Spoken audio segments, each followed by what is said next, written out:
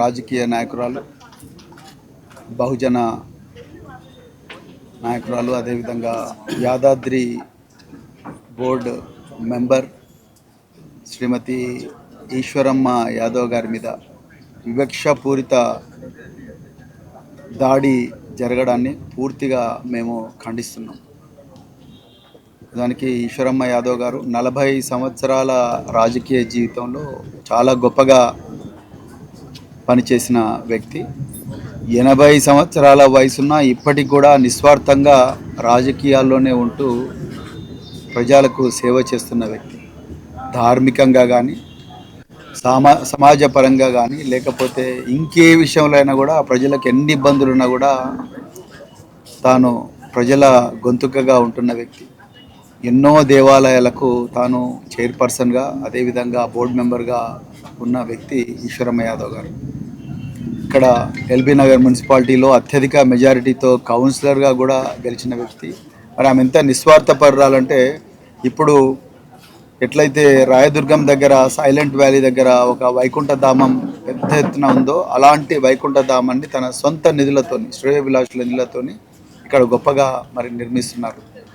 అలాంటి మహిళను ఇవాళ యూత్ కాంగ్రెస్ స్టేట్ ప్రెసిడెంట్ అయిన జక్కిడి శివచరణ్ రెడ్డి అనే వ్యక్తి చాలా ఘోరంగా, మరి వివక్షపూరితంగా ఆమె ఒక బహుజన బిడ్డ అని చెప్పేసి మరి చాలా ఘోరంగా నిందించడం, అవమానకరంగా, జుగుప్సాకరమైన రీతిలో మాట్లాడడం జరిగింది.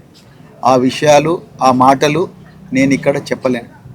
రేవంత్ రెడ్డి గారి భాషను ఏ విధంగా అయితే మాట్లాడలేమో, అదే రేవంత్ రెడ్డి గారి భాషలాగానే ఈ జక్కిడి శివచరణ్ రెడ్డి గారు కూడా అదే భాష మాట్లాడి ఈరోజు ఈశ్వరమ్మ యాదవ్ గారిని పూర్తిగా అవమానించారు. మరి దీంట్లో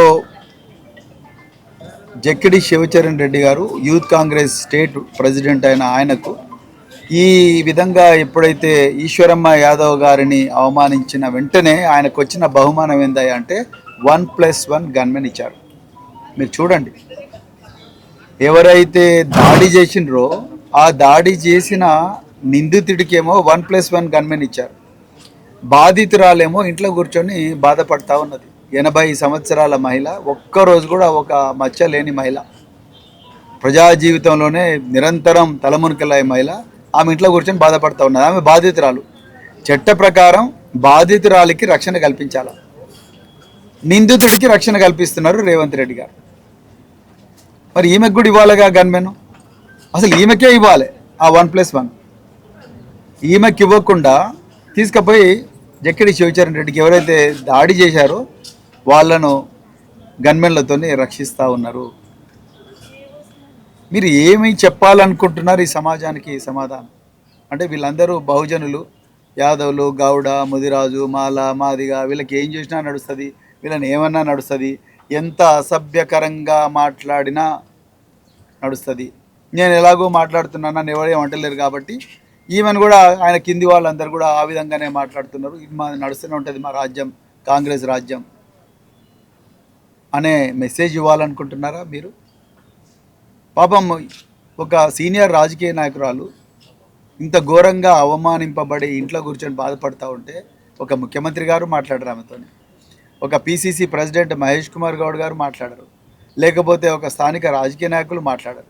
చివరికి ఈమె వ్యవహారాన్ని, ఈమె మీద జరిగిన అవమానకరమైన దాడి ఏదైతే ఉన్నదో, వివక్షపూరితమైన దాడి అయితే ఉన్నదో, ఆ దాడిని దర్యాప్తు జరపడానికి కూడా చివరికి మళ్ళీ జగ్గారెడ్డి లేకపోతే నరసింహారెడ్డి వాళ్ళిద్దరిని వేసిండ్రు.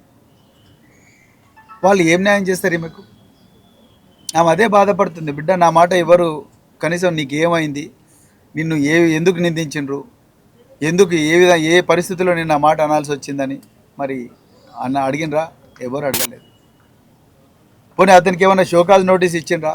జక్కిడి శివచరణ్ రెడ్డి గారికి ఆయనకు షోకాజ్ నోటీస్ ఇవ్వలే. కనీసం సస్పెండ్ చేసిండ్రా? చేయలే. అదే పని ఒకవేళ ఈ బహుజన బిడ్డలు చేసిండంటే కాంగ్రెస్ పార్టీలో 2 నిమిషాలు సస్పెండ్ చేసి మూలకు పడేసేవాళ్ళు.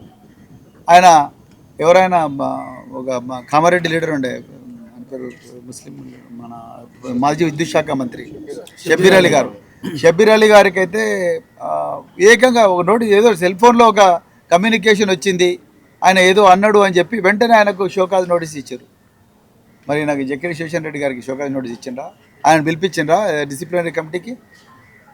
మరి డిసిప్లినరీ కమిటీ అధ్యక్షుడైన డాక్టర్ మల్లు రవి ఆయన ఇక్కడికి వచ్చిండా? వస్తే ఏం మాట్లాడిండు?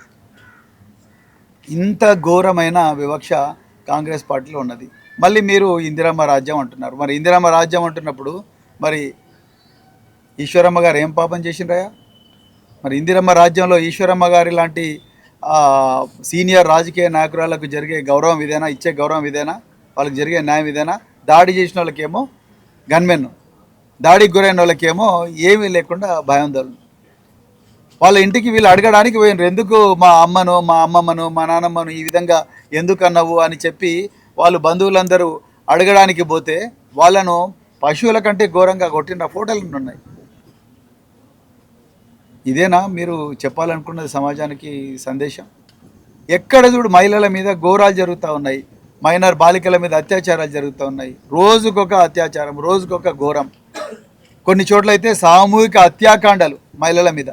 షాబాద్లో అయితే 6 మంది మహిళలు హాంఫట్. చూస్తే ఇక్కడ ఏ ఎల్బీ నగర్ కోర్టులో అయితే వానికి యాంటిసిపేటరీ బెయిల్ వచ్చిందో, ఆ యాంటిసిపేటరీ బెయిల్ వచ్చిన కోర్టులో పీపీ ఎవరయ్యా అంటే Congress party legal cell vice president convener Ponnam Ashok గౌడే డైరెక్ట్ ఇచ్చిన ఆర్డర్. అంటే మహిళల మీద ఇంత ఘోరమైన దాడి జరుగుతూ ఉంటే ముఖ్యమంత్రి వచ్చి ఇక్కడ కూర్చోవాలి, లేకపోతే ఆ పీసీసీ ప్రెసిడెంట్ ఇక్కడ కూర్చోవాలి. ఏం జరిగింది ఏందనేది అతను సస్పెండ్ చేయాలిగా. జక్కిడి శివశంకర్ రెడ్డిని ఎందుకు సస్పెండ్ చేయడం లేదు?